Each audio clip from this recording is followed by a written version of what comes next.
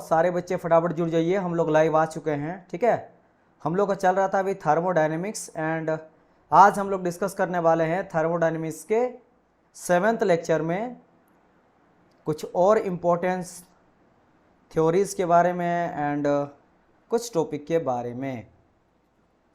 तो एक बारी मैं चेक कर लेता हूँ। Good evening Shivam, good evening. और इम्पोर्टेंस थ्योरीज के बारे में एंड कुछ टॉपिक के बारे में। चलिए, वीडियो ऑडियो तो मेरे तरफ से ऑल क्लियर है, तो हम लोग क्लास को स्टार्ट अप कर सकते हैं। ठीक है सर, ये यूट्यूब में पॉसिबल नहीं होगा क्या? होगा क्या? कोई दिक्कत है क्या डियर? बताइए। अगर कोई इशू आ रहा तो बताइए, मैं यूट्यूब में शिफ्ट तुरंत कर दूंगा। आप मुझे जल्दी बताइए अगर कोई दिक्कत आ रहा तो बताइए। कोई दिक्कत आ रहा तो मैं यूट्यूब में इसको शिफ्ट कर दूंगा। ठीक है, क्या किसी तरह का कोई इशू आ रहा है बताइए मुझे। आप लोगों को अगर किसी तरह का कोई इशू आ रहा तो मुझे बताइए, मैं यूट्यूब में इसको शिफ्ट कर दूंगा। नो इशू ना, तो फिर ठीक है। अगर कोई दिक्कत होगा तो मुझे प्लीज़ बताइएगा। ठीक है, चलिए, अभी तक कोई इशू नहीं है। अब मैं बताता हूँ हम लोग कहाँ तक पढ़ चुके थे, है ना। हम लोग अगर मैं बात कर रहा हूँ तो पूरा का पूरा ये सब रिलेशन टोटल हम लोग देख लिए थे। आइडियल का रियल हम लोग का कंप्लीट हो गया था। Galileo law, type of boundary के बारे में, टाइप ऑफ सिस्टम के बारे में, है ना। टाइप ऑफ सिस्टम के बारे में ये सब हम लोग देख चुके थे।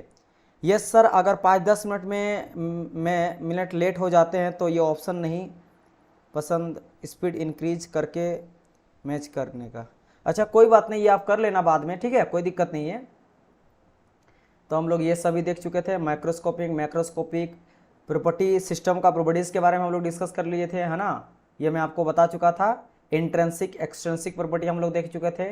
इंटेंसिव एक्सटेंसिव प्रॉपर्टी हम लोग देख चुके थे। Now today session we are going to discuss about thermodynamic state के बारे में, कि आखिर स्टेट होता है वो क्या होता है। जैसे आपको पता है कि थर्मोडायनेमिक स्टेट के बारे में कौन मैंने बताता है?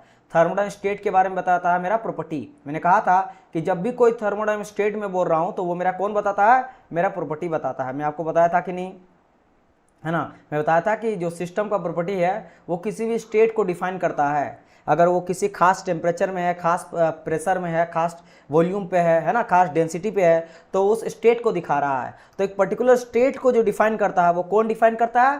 प्रॉपर्टी डिफाइन करता है। उसके वैल्यू से हम लोग पता लगा सकते हैं कि कोई भी मैटर मेरा किस स्टेट पे है। उस स्टेट में है, उसका जो भी टेम्परेचर होगा, वॉल्यूम होगा, डेंसिटी होगा, ये सभी क्या, दीज ऑल आर प्रॉपर्टी। तो इस सिस्टम का प्रॉपर्टी डिफाइन कर रहा कि उस किस स्टेट में है। जैसे मैं बोल रहा हूँ कि अगर मेरा H2O यानी कि जो वाटर है वो 0 डिग्री सेल्सियस में है, टेम्परेचर है, तो हम पता लगा सकते हैं कि हाँ इसका प्रॉपर्टी जो है वो 0 डिग्री सेल्सियस है। यानी इससे पता चलता है कि वो मेरा सॉलिड स्टेट में है। अगर मैं बोल रहा हूँ कि ये मेरा है 150 डिग्री सेल्सियस, इनमें से वेपर में है, यानी वो लिक्विड में है। तो इस तरह से पता चल जाता है उसके सिस्टम के प्रॉपर्टी से स्टेट के बारे में। नाउ स्टेट क्या होगा? एक स्टेट में मैंने कहा था, और मैंने और एक चीज बताया था बहुत इंपॉर्टेंट के बारे में, स्टेट के बारे में, क्या कि स्टेट जो होता है वो मेरा पॉइंट को डिफाइन करता है। Thermodynamic property does not depend on path. और थर्मोडायनेमिक डिफाइन को प्रॉपर्टी को कौन डिफाइन करता है? मेरा सिस्टम करता है, आई मीन स्टेट करता है। तो यानी स्टेट जो है ना वो मेरा पॉइंट पे डिपेंड करता है। इसलिए मैंने कहा था कि 1 से लेकर 2 के बीच में अगर मैं ए के थ्रू जाऊँ या बी के थ्रू जाऊँ या सी के थ्रू जाऊँ, उसका प्रॉपर्टी जो है वो डिफाइन इनिशियल और फाइनल पे करेगा। आप किधर से भी जाओ कोई फर्क नहीं पड़ेगा। इनिशियल फाइनल अगर आपको पता है तो पता चल जाएगा कि सिस्टम का प्रॉपर्टी क्या है। तो वो मेरा पाथ पे डिपेंड नहीं करता, पॉइंट पे डिपेंड करता है। इसीलिए हम लोग इसको बोलते हैं एग्जैक्ट डिफरेंशिएशन इसका किया जा सकता है। एग्जैक्ट डिफरेंशियल ये होता है, और चेंज को लिखते हैं डी से, और चेंज इन प्रेशर या चेंज इन टेम्परेचर या फिर चेंज इन वॉल्यूम वगैरह को डीपी से दिखाया जाता है, जिसको हम लोग इंटीग्रेशन के फॉर्म में इस तरह लिखा जाता है, डिफरेंशियल के फॉर्म में प्रॉपर्टी को ऐसा लिखा जाता है। ये इस फॉर्म में कोई अगर रहेगा तो समझ लेना कि थर्मोडायनेमिक प्रॉपर्टी है। ये मैंने बताया था, यानी कि इसका एग्जैक्ट डिफरेंशिएशन किया जा सकता है। तो इतना चीज हम लोग समझे। नाउ स्टेट आप समझ गए। अब हम लोग बोलेंगे कि अगर ढेर सारा स्टेट है कोई प्रोसेस में तो उसको क्या कहेंगे, है ना। तो बात बेसिकली हम लोग अब करने वाले हैं पाथ के बारे में या प्रोसेस के बारे में, कि आखिर पाथ या प्रोसेस क्या होता है। पाथ क्या होता है? पाथ में नहीं होता रास्ता को हम लोग बोलते हैं। पाथ क्या बोलते हैं? रास्ता जो होता है, रास्ता। ठीक है, रास्ता जो होता है उसको हम लोग पाथ कहा जाता है। तो पाथ जाने के लिए अलग अलग आप स्टेट से पार होते हो, अलग अलग स्टेट से पार होते हो। सपोज करो जैसे आपका एक पॉइंट यहाँ पे है, यहां समझना मेरी बात, है ना। ये पहला पॉइंट में है और पहला पॉइंट में प्रेशर इसका है P1, वॉल्यूम इसका है V1। ये हो गया पहला स्टेट। ये क्या हो गया? स्टेट नंबर 1 हो गया, स्टेट 1 है। स्टेट स्टेट किस में डिफाइन होता है? पॉइंट पे डिफाइन होता है, थर्मोडायनेमिक प्रॉपर्टी है ना। तो स्टेट यानी कि थर्मोडायनेमिक स्टेट को कौन डिफाइन करता है? प्रॉपर्टी डिफाइन करता है। और प्रॉपर्टी किस पे डिपेंड करता है? मेरा पॉइंट पे डिपेंड करता है। इसलिए देखो पॉइंट में प्रेशर है और वॉल्यूम है, यानी कि ये बोल सकते हैं कि स्टेट है। ये प्रॉपर्टी को शो मेरा कर रहा है तो स्टेट हो सकता है। सेकंड में अगर आ जाते हैं, यहाँ कोई एक स्टेट है। क्यों स्टेट में बोल रहा हूँ? क्योंकि प्रॉपर्टी को डिफाइन कर रहा है, क्योंकि यहाँ पे मेरा V2 है प्रेशर, प्रेशर है P2 और वॉल्यूम है मेरा V2। सिमिलरली आगे अगर बढ़ेंगे 3 में, तो यहाँ भी कोई स्टेट है, क्योंकि इस स्टेट में देख सकते हो एक पर्टिकुलर प्रेशर है और पर्टिकुलर वॉल्यूम है। फोर्थ भी स्टेट है, ये पर्टिकुलर वॉल्यूम है, पर्टिकुलर आपका एक प्रेशर है। इनकी स्टेट 1 हो गया, ये स्टेट 2 हो गया, ये आपका स्टेट 3 हो गया और ये स्टेट 4 हो गया। अलग अलग स्टेट है, अलग अलग स्टेट्स होते हुए, यानी कि समझ लो कोई गैस है जिसमें उसका कुछ प्रेशर है, कुछ वॉल्यूम है। फिर प्रेशर को हम लोग क्या करें? घटाते जा रहे हैं, प्रेशर घटाते जा रहे हैं, रिलीज करें प्रेशर को, तो वॉल्यूम मेरा बढ़ते जा रहा है। फिर थर्ड में आ गए, फिर प्रेशर को और घटाएं, P3 तक आए, नीचे आ गए प्रेशर, देखो धीरे धीरे प्रेशर आते जा रहा है नीचे की ओर और धीरे धीरे वॉल्यूम बढ़ते जा रहा है। प्रेशर रिलीज कर रहे हैं तो वॉल्यूम बढ़ते जा रहा है, प्रेशर घटते जा रहा है, ये हम लोग देख रहे हैं। तो मैं अगर बोलता हूं कि ठीक है सर, ये ऑल आर स्टेट, इन सभी स्टेट को अगर मैं एक साथ मिला लो तो बोलेंगे क्या? इसको कहा जाता है प्रोसेस। इसको क्या कहता है? प्रोसेस। अगर मैं पूरा 1 को 2 को 3 को 4 को मिला लेता हूं तो इसको क्या कहेंगे?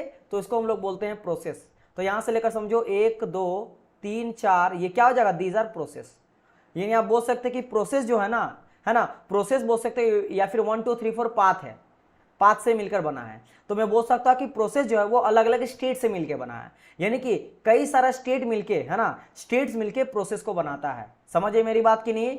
समझे मेरी बात की नहीं? कि कई स्टेट मिलके एक मेरा प्रोसेस को बताता है। जैसे समझ लो कि आप क्या कर सकते हो, जैसे आपने कहा कि मैंने जॉब निकाला, मैं अभी इस टाइम पे गवर्नमेंट जॉब कर रहा हूं, तो आप गवर्नमेंट जॉब कर लिए हो तो ऐसा तो नहीं है कि आपने एक चीज को करके हर एक स्टेट में आप पढ़ाई की हो। एक पर्टिकुलर सब्जेक्ट को पढ़ने के लिए अलग आपका स्टेट ऑफ माइंड होना चाहिए कि अभी मैं थ्योरेटिकल पढ़ रहा हूँ, न्यूमेरिकल पढ़ रहा हूँ, मैकेनिकल पढ़ रहा हूँ, सिविल पढ़ रहा हूँ, इलेक्ट्रिकल पढ़ रहा हूँ, मैथ पढ़ रहा हूँ, रीजनिंग पढ़ रहा हूँ। उसके लिए अलग तरीका रणनीति अपनाना चाहिए कि इसके लिए हमको रिविजन ज़्यादा करना पड़ेगा, इसके लिए ज़्यादा प्रैक्टिस करना पड़ेगा, इसके लिए कुछ चीज़ों को रटना पड़ेगा, कुछ चीज़ों को समझना पड़ेगा, कुछ चीज़ों को मैथ प्रैक्टिस करना पड़ेगा।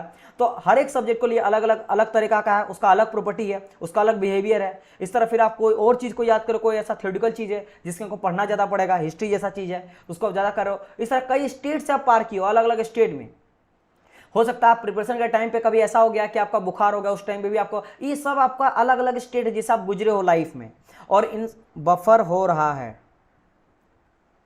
क्या सबको बफर हो रहा क्या? तो इस तरह कई स्टेट से पार है, तो जब इन सभी स्टेट को हम लोग मिलाते हैं तो मेरा बन जाता क्या है? तो मेरा बन जाता है आपका प्रोसेस। तो मेरा बन जाता है यहां मेरा प्रोसेस, यानी कि the locus of different state. Locus बोले तो जो मिलाता है, अलग अलग स्टेट को जो मेरा मिलाता है उसको हम लोग बोलते क्या? प्रोसेस बोलते हैं। या फिर change of state is called process. जब मेरा स्टेट को चेंज करते रहता है उसको क्या कहते हैं हम लोग? प्रोसेस कहते हैं। ओके है ना? ठीक है। देखो, और किसी को बफर हो रहा है ना, तो मे भी उसका नेटवर्क फ्लक्चुएट कर रहा है, जरूरी नहीं है कि, क्योंकि मुझे पता चल जाएगा, क्योंकि मैं भी जैसे एज यू नो दैट, मैं कितना बार बताया हूं कि मैं स्टूडेंट लॉगिन में, मैं देखो आपके मेरा डिवाइस है, स्टूडेंट लॉगिन का डिवाइस है, राइट। तो मैं यहाँ पे देखते रहता हूँ, अगर कोई बफर होगा तो मुझे भी पता चल जाएगा, है ना, मुझे पक्का पता चल जाता है। नो सर, देखो यहाँ पे पंकज देव बोल रहे नहीं सर, तो थोड़ा बहुत हो रहा है तो इट्स ओके, लेकिन इतना ज़्यादा नहीं होगा, मैं खुद नहीं कराऊंगा, आप टेंशन ना लो, है ना, बिल्कुल टेंशन ना लो। मैं कोई भी दिक्कत होगा तो मैं सबसे पहले क्लास को रोकूंगा, सबसे पहला बंदा मैं ही रहने वाला हूं, ठीक है। तो change of state is called process. तो जब अलग अलग स्टेट को चेंज करते हुए आता है ना, देखो वही एक से दूसरा स्टेट में गया, तीसरा स्टेट में गया, इस तरह से कई लोकस, मतलब जो मिलाता अलग अलग स्टेट को, कई सारे स्टेट को मिलकर मेरा बनता है प्रोसेस कहला जाता है। ये आप समझ गए, यानी कि path flowed by the different state of A system is called path और प्रोसेस। ये हम लोग समझ गए। चलिए अब आगे बढ़ते हैं। अब देखो ये जो प्रोसेस होता है ना, प्रोसेस कई तरह का प्रोसेस होता है, कई तरह का प्रोसेस होता है। अब हम लोग क्या करेंगे, सारे प्रोसेस के बारे में वन बाय वन करके समझेंगे कि कैसा कैसा प्रोसेस देखने को मिलता है इन थर्मोडायनेमिक्स, है ना। थर्मोडायनेमिक्स में कितना तरह का मुझे प्रोसेस देखने को मिलता है इसके बारे में देखते हैं। तो सबसे पहला कहलाता है मेरा, एक कहलाता है नॉन फ्लो प्रोसेस, है ना, एक कहलाता है मेरा फ्लो प्रोसेस। भाई ऐसा प्रोसेस जिसमें फ्लो कर रहा है, एक ऐसा प्रोसेस जो कि फ्लो कर रहा है लेकिन नॉन फ्लो बोल रहे हैं। इसका क्या मतलब हुआ सर? इसका मतलब यह हुआ कि क्लोज कोई यूनिट है उसके अंदर वो सर्कुलेट कर रहा है, उसको कहेंगे हम लोग नॉन फ्लो प्रोसेस। तो देखो यहां पे a process undergone by a fluid, मतलब फ्लूइड के द्वारा प्रोसेस मतलब कई स्टेट होके पार कर रहा है, लेकिन in a close system is called non flow process. आपका पहला एग्जांपल, आप पहला क्वेश्चन रहेगा कि सर जी एग्जांपल बताइए, प्रैक्टिकल समझाइए, समझ नहीं आ रहा है। जैसे समझो आपके घर में रहता है रेफ्रिजरेटर, फ्रीज जो है, मैं आपको आरएसी पढ़ाऊंगा, इसके बाद आईसी इंजन पढ़ाऊंगा, देन आपको आरएसी पढ़ाऊंगा। तो लाइव में आपको टोटल समझाएंगे, आप टेंशन ना लो, आप लोग लाइव रहेगा, हर एक चीज समझ में आएगा, तब भी मजा आएगा।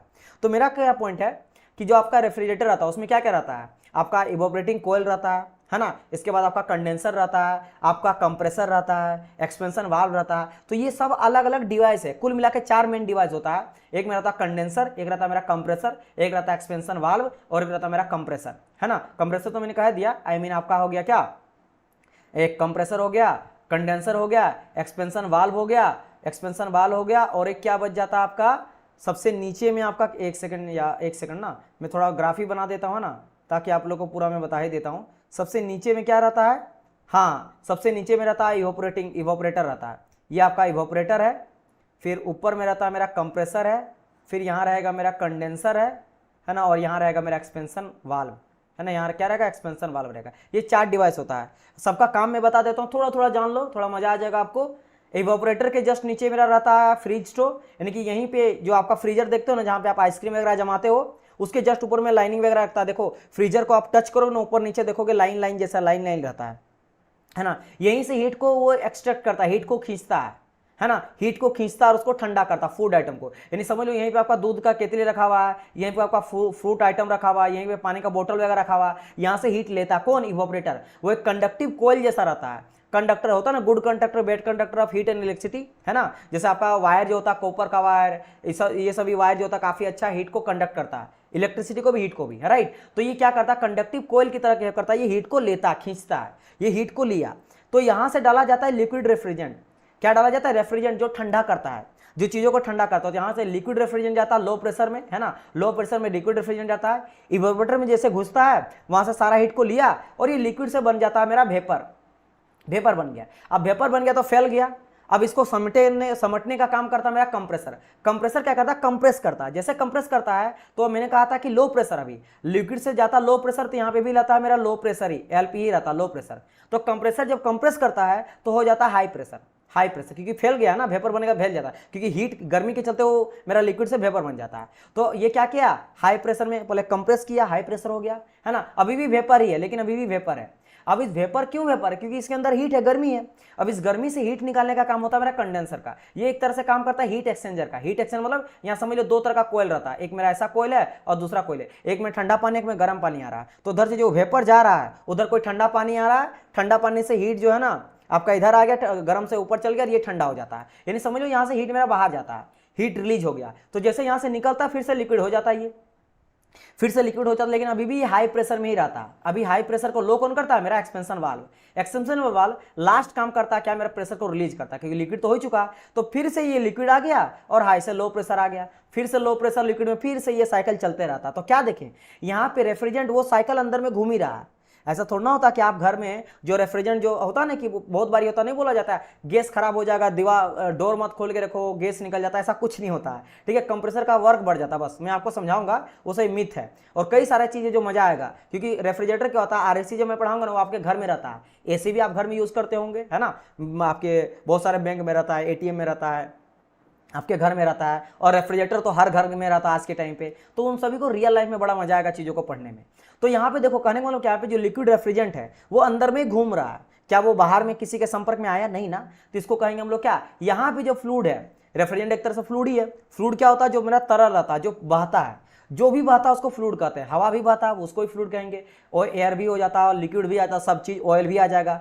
तो fluid under going of process, अलग अलग स्टेट, जैसे कि इवोपरेटिंग में पहला स्टेट हुआ जहां पे वेपर बन गया, कंप्रेशन में प्रेशर हाई हो गया, कंडेंसर में फिर से लिक्विड हो गया। तो ये 4 स्टेट हो सकता है, 4 डिवाइस लगा हुआ है, चारों का अलग अलग काम है। तो कभी लिक्विड से वेपर, वेपर से फिर लिक्विड, कभी प्रेशर हाई, कभी टेम्परेचर हाई, कभी लो प्रेशर, कभी लो टेम्परेचर, समझ आया। ये सब स्टेट अलग अलग चेंज हो रहा है, क्योंकि सब अलग अलग स्टेट में अलग अलग टेम्परेचर प्रेशर होगा। जैसे अगर मैं कहा कि अगर मैं बात करता हूं किसके बारे में, इवोपरेटर के बारे में, जस्ट अ मिनट, हाँ एक कॉल आ रहा है, हेलो,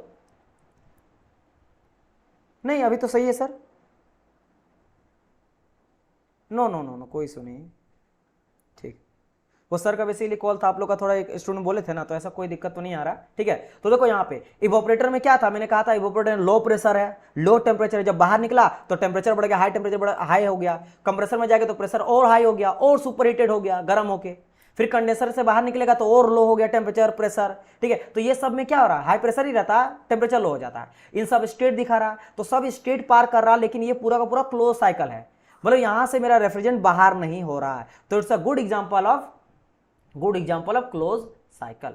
ये मेरा क्लोज फ्लो प्रोसेस का बात करा गया है, ठीक है। नॉन फ्लो प्रोसेस बोल सकते हैं इसको, क्लोज फ्लो प्रोसेस बोलो या फिर नॉन फ्लो प्रोसेस बोलो, है ना। चलिए अब बात करते हैं सेकंड प्रोसेस का, जिसको कहा जाता है flow process. A process undergoing a fluid in a open system is called flow process. ये ओपन वाला, जैसे टरबाइन हो गया, पंप हो गया, नोजल हो गया, इन सब में एक तरफ से आया एक तरफ से गया, है ना। नोजल जो होता है, टरबाइन जो होता है, एक तरफ से पानी अंदर आया एक तरफ से गया। समझ आया मेरी बात नहीं? तो ये क्या हो जाएगा, these are example of open system, है ना। समझ आया? आप जैसे पानी डाल रहे हो और पानी से बॉयलर में भाप बना रहे हो, तो एक तरह से पानी डाला, दूसरे तरह से भाप निकल रहा, तो एक तरह आया गया, तो इट्स अ ओपन सिस्टम। तो ओपन सिस्टम वहां भी अलग अलग, भाई जब पानी डाले थे उसका टेम्परेचर अलग था, प्रेशर अलग था, अंदर में जाके स्टीम बनाया, टेम्परेचर हाई हो गया, फिर वो निकला, तो अलग अलग स्टेट से पार हुआ। यहाँ भी आपका सोल एक बार लिक्विड था, फिर वेपर हुआ, है ना। फिर जिसको जमा आगे चलकर क्या करोगे, यूज करोगे, वो अलग बात है। तो ये यहाँ पे ओपन सिस्टम है, क्योंकि यहाँ पे मेरा फ्लूइड जो है ना, वो मेरा ओपन में बाहर अंदर जा रहा है। सर लाइव क्लास ज्वाइन नहीं हो पा रहा है, प्लीज यूट्यूब पर करवा दीजिए। लाइव क्लासेस ज्वाइन नहीं हो पा रहा, कौन नहीं कर पा रहा डियर, क्यों नहीं हो पा रहे हैं? आप तो लाइव क्लास में ही है ना, तो आप ज्वाइन तो किए हुए हैं, आपको क्या दिक्कत आ रही है?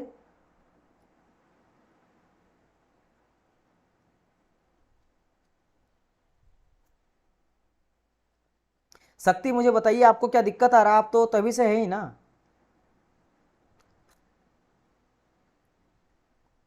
आप ज्वाइन नहीं हो पा रहे, देख नहीं पा रहे हैं, क्या दिक्कत हो रहा है मुझे बताइए। अच्छा एक काम करते हैं डियर, मुझे लग रहा है कुछ स्टूडेंट को दिक्कत हो रहा, तो मैं लाइव क्लास कर देता हूं, ठीक है। मैं यूट्यूब में जो है ना इसके बाद ही पढ़ाऊंगा, तो लाइव करा देते हैं। जब इतना बच्चा का आ रहा है तो मैं करवा देता हूँ। मैं सर से अभी बात कर लेता हूँ, टेक्निकल टीम से बात करता हूँ और मैं आपको शिफ्ट करवाता हूँ, रुकिए।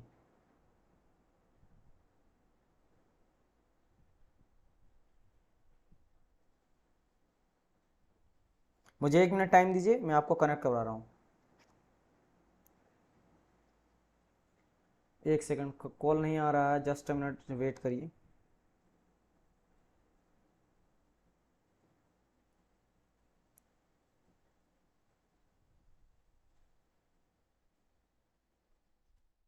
अब मुझे समझ नहीं आ रहा कि एक बच्चे को दिक्कत हो रहा है या सभी को दिक्कत हो रहा है। यहाँ पे 16 बच्चे तो लाइव हैं, तो लेकिन हाँ 21-22 बच्चे लाइव यहाँ पे रहते हैं, तो उसके जगह में मैं देख रहा हूँ कि 4-5 बच्चे यहाँ पे नहीं आए हैं आज, तो आज आए नहीं है, ज्वाइन नहीं हो पा रहे हैं, है ना। आप लोग मुझे बताइए कि क्या सभी को दिक्कत हो रहा है क्या, या कुछ ही बच्चे को हो रहा है?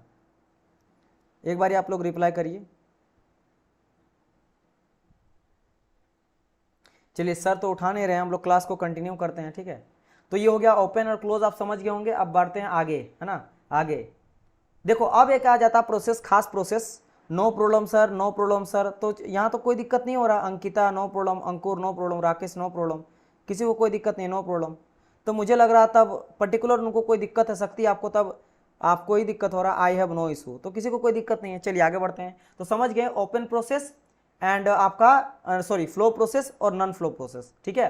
तो आगे बढ़ते हैं नेक्स्ट हम लोग बात करते हैं क्या, एक ऐसा प्रोसेस ना जो क्या होता है, क्वासी स्टैटिक प्रोसेस को कहा जाता है। ये कैसा प्रोसेस है ना कि यहाँ पे स्टेट चेंज होता है, लेकिन हर स्टेट में वो इक्विलिब्रियम कंडीशन पे रहता है। मतलब क्या इसका मतलब हुआ सर, इक्विलिब्रियम मतलब कि टेम्परेचर को मेंटेन किया रहता है, लेकिन चेंज भी होता है। अब बोलेंगे सर ये कैसा बात हो गया, ये कैसा बात हो गया। मतलब देखो, अ प्रोसेस अकर इन और pursued in such a manner that the system remain in the state of equilibrium. अब समझना इसका बात, जैसे मान लो यहाँ पे 1 है, ये 2 स्टेट है, ये 3 स्टेट है, ये 4 है, ये 5 है, ये 6 है, 7 है, 8 है, 9 है, 10 है, 11 है। अगर मैं बोला यहाँ छोटा छोटा स्टेट आप लोगों को दिखाया, ये 11 स्टेट है। एक काम करते, शायद आप लोगों को दिख नहीं रहा, तो मैं मान लेता हूँ बड़ा बड़ा कुछ मान लेता हूँ। यहाँ पे मैंने 1 मान लिया, यहाँ पे मैंने 2 मान लिया, यहाँ मैंने 3 मान लिया, यहाँ मैंने 4 लगा लिया, यहाँ मैंने 5 मान लिया। ये समझो कि 5 जो है ना वो अलग अलग स्टेट है। तो अगर अलग अलग स्टेट है तो अलग अलग स्टेट में अलग अलग प्रेशर रहेगा, अलग अलग। मान लो P1 यहाँ पे प्रेशर है और यहाँ पे V1 आपका वॉल्यूम है। अगर सेकंड में बात करेंगे तो अलग स्टेट है, अलग स्टेट है, यानी डिफाइन करेगा अलग इसके प्रॉपर्टी को। यानी कि यहाँ का अगर बात करेंगे प्रेशर का तो P2 हो जाएगा, और वॉल्यूम बात करेंगे V2 हो जाएगा। 3 में अगर मेरा बात करेंगे तो प्रेशर हो जाएगा P3 एंड वॉल्यूम हो जाएगा V3। सिमिलरली देखेंगे 4 एंड 5 में भी अलग अलग स्टेट मुझे देखने को मिलेगा। नाउ द पॉइंट इज, यहां पे हो क्या रहा ना कि स्टेट तो चेंज हो रहा है लेकिन इक्विलिब्रियम कंडीशन पे है। अब इसका क्या मतलब हुआ कि प्रॉपर्टी को वेरी नहीं करने दे रहा है, प्रॉपर्टी को चेंज हो रहा है। मतलब कहने का मतलब क्या है कि मान लो आप वाटर को गर्म कर रहे हो, सपोज करो कि आपका 5 डिग्री सेल्सियस में वाटर आपका इतना हीट में है, आप उसको 5 से करोगे 10 तक, लेकिन आप इतना स्लो मैनर में करोगे ना, इतना स्लो मैनर में करोगे कि आपको पता ही नहीं चलेगा कि 10 डिग्री सेल्सियस कब गर्म हो गया। और जिस स्टेट में जैसे 5 से गए आप 6 की ओर, फिर 7 गए, फिर 8 गए, फिर 9 गए, फिर 10 गए, तो एकदम यहां भी टेम्परेचर कांस्टेंट होना चाहिए। तो ये तो आप बोलेंगे सर पहली बात तो ये आप बोल रहे समझ ही नहीं आ रहा है ना, ये तो इम्पॉसिबल वाला चीज है। क्या बोल रहे हो सर टेम्परेचर भी कांस्टेंट रखेंगे और यहाँ पे मैं चेंज भी करा रहा हूं, है ना, ये कैसे होगा? जैसे देख सकते हो यहाँ पे क्या मेरा प्रेशर वॉल्यूम चेंज हो रहा है लेकिन टेम्परेचर कांस्टेंट है थ्रू आउट द पूरा सिस्टम, यानी इक्विलिब्रियम है। इक्विलिब्रियम मतलब कोई लॉस नहीं हो रहा है, चेंज रह रहा है। ये कैसे करते हैं? तो बेसिकली ये हाइपोथेटिकल ही होता है। देखो इसलिए कहा गया है कि quasi static process is a hypothetical process. Hypothetical मतलब क्या होता है? इमेजिनरी, रियल में एग्जिस्ट नहीं करता है। मैं बता रहा हूँ कैसे ये हो पाएगा, ऐसे कैसे पॉसिबल होगा सर, मैं बता रहा हूँ, अभी एग्जाम्पल में बताऊंगा, डोंट वरी, है ना। पहले आप पहले समझो ये हाइपोथेटिकल प्रोसेस है या फिर इसको बोल सकते हैं रिवर्सिबल प्रोसेस। रिवर्सिबल प्रोसेस क्या होता है मैं आगे चलकर समझाऊंगा। या आइडियल प्रोसेस क्या होता है, याद करो आइडियल में आपको कार्नोट साइकिल बताऊंगा। आइडियल, आइडियल मतलब जिसमें कोई लॉस नहीं होता है ना, और वो रियल में एग्जिस्ट भी नहीं करता है। और रिवर्सिबल मतलब कोई लॉस नहीं हो रहा। रिवर्सिबल का मतलब वही है कि जिस सिस्टम से स्टार्ट किया तो वहां रिवर्स आ गया घूम के, है ना। अब समझो ये होता कैसे है। ये होता इस तरह से, अगर मैं यहाँ पे बोलूंगा कि मैं क्या करता हूँ, मेरा पिस्टन ले लेता हूँ, एक सिलेंडर मेरा है, यहाँ पे क्या मेरा सिलेंडर है, ये मेरा सिलेंडर है, और सिलेंडर के अंदर में एक पिस्टन, अंदर में गैस भर दिया हूँ, है ना। ये यहाँ पे मैं क्या करता हूँ, मैं यहाँ पे गैस डाल दिया हूँ, सपोज करो ग्रीन कलर का यहाँ पे मैं गैस भर दिया हूँ पूरा, ये मेरा गैस है ना। गैस में पूरा सिलेंडर के अंदर डाल दिया हूँ और ऊपर में रख दिया हूँ एक मेरा पिस्टन है, समझना है ना, पूरा ध्यान समझना, समझ जाओगे। यहाँ पे मैं एक रख दिया हूँ पिस्टन, ऊपर में मैं पिस्टन रख दिया हूँ, ब्लू कलर का जो मैं कर रहा हूँ डार्क कलर से highlight, this is my piston, ये मेरा पिस्टन है। अब क्या होगा, इसको मैं गर्मी दे रहा हूँ, क्या कर रहा हूँ, हीट कर रहा हूँ, गर्म कर रहा हूँ। तो जैसे मैं इसको हीट दूंगा, हीट दूंगा, हीट दूंगा, तो जब हीट दूंगा तो टेम्परेचर बढ़ेगा। किसका बढ़ेगा? गैस का टेम्परेचर बढ़ेगा, क्योंकि मॉलिक्यूल आपस में टकराएगा, है ना, रिपल्सन करेगा, अट्रैक्शन करेगा, जिसके वजह से क्या होगा, टेम्परेचर बढ़ेगा। अब एक हीट दोगे तो टेम्परेचर बढ़ेगा ही बढ़ेगा गैस का, और जब टेम्परेचर बढ़ेगा तो एक्सपेंड करना चाहेगा, गैस फैलना चाहेगा, मानते हो ना। जब आप टेम्परेचर तो गैस एक्सपेंड करना चाहेगा, तो जब गैस एक्सपेंड करेगा तो फोर्स कहाँ पे एक्सर्ट करेगा, वॉल पे, चारों तरफ के वॉल पे, तो पिस्टन में टकराएगा। और पिस्टन क्योंकि सिलेंडर तो पूरा ओपेक है, मतलब पूरी तरह से ठोस है ना, उसको कोई फर्क नहीं पड़ेगा, लेकिन पिस्टन को पुश करना चाहेगा, ऊपर पुश करना चाहेगा। और हम लोग क्या किए, इसके जस्ट ऊपर में पतला पतला, एकदम पतला पतला क्या किए, स्टील का या कोई वेट रख दिए, कोई भी वजनदार कोई चीज रख दी, बहुत ही पतला, बहुत ही पतला, इतना महीने कागज की तरह है ना, पतला पतला। यहाँ पे क्या करते हैं, पतला पतला स्टीव रख दिए, स्टीव रख दिए, स्टीव मतलब समझ रहे हो ना, छोटा छोटा छोटा छोटा वेट रख दिए, वजनदार चीज रख दी, बहुत ही पतला, ठीक है। अब होता क्या है, जैसे आपका हीट देते हैं, टेम्परेचर बढ़ता है, गैस एक्सपेंड करता है, और गैस पिस्टन को मूव करना चाहता है, गैस पिस्टन को मूव करेगा क्योंकि टेम्परेचर बढ़ा। वैसे ही जैसे टेम्परेचर बढ़ा और पिस्टन को मूव करना चाहेगा, वैसे ही हम लोग एक वेट को हटा देंगे। जैसे मैं क्या लिखा हूं, we remove the weight, one weight, एक वेट को मैं जैसे हटा दूंगा ना, वो अगेन जो वहां पे टेम्परेचर बढ़ा था, क्योंकि वो एक्सपेंड करना चाह रहा था, तो मैं जैसे हटाया तो टेम्परेचर फिर से लो हो गया, फिर से क्या हो गया।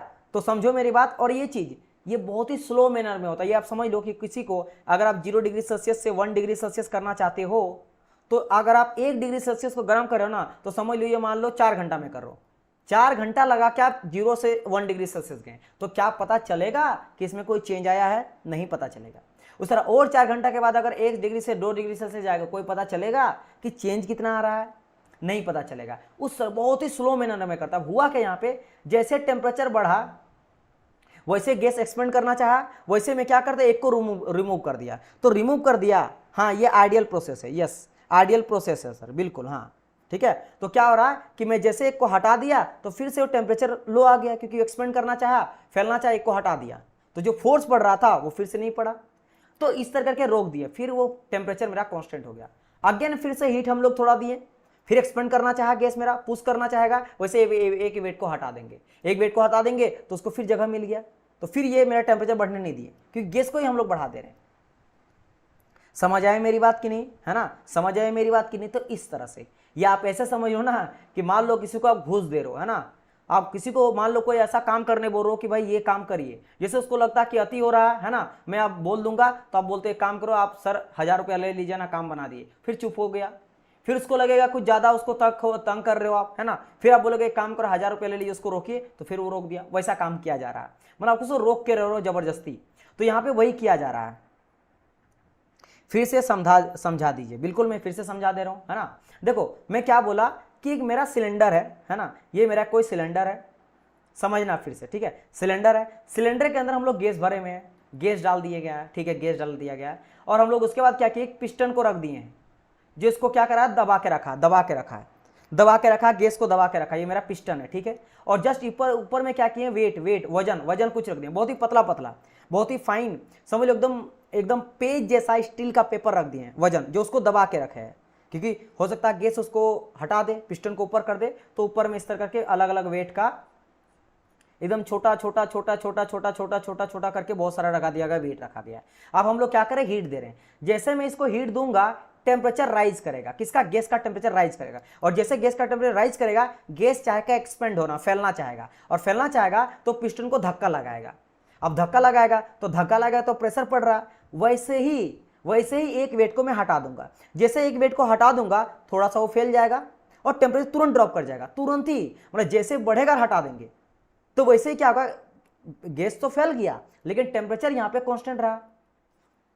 लेकिन क्या हुआ, गैस जो मेरा पहले यहां तक था, मेरा बात समझना, गैस जो पहले यहां तक था, है ना, यहां तक था, अब समझो थोड़ा बढ़ गया, कितना बढ़ गया, एकदम बहुत ही माइन्यूट बढ़ेगा, लेकिन मैं थोड़ा बड़ा बना के दिखा रहा हूं, मान लो ब्लैक कलर से समझ लो, थोड़ा अब इतना बढ़ गया।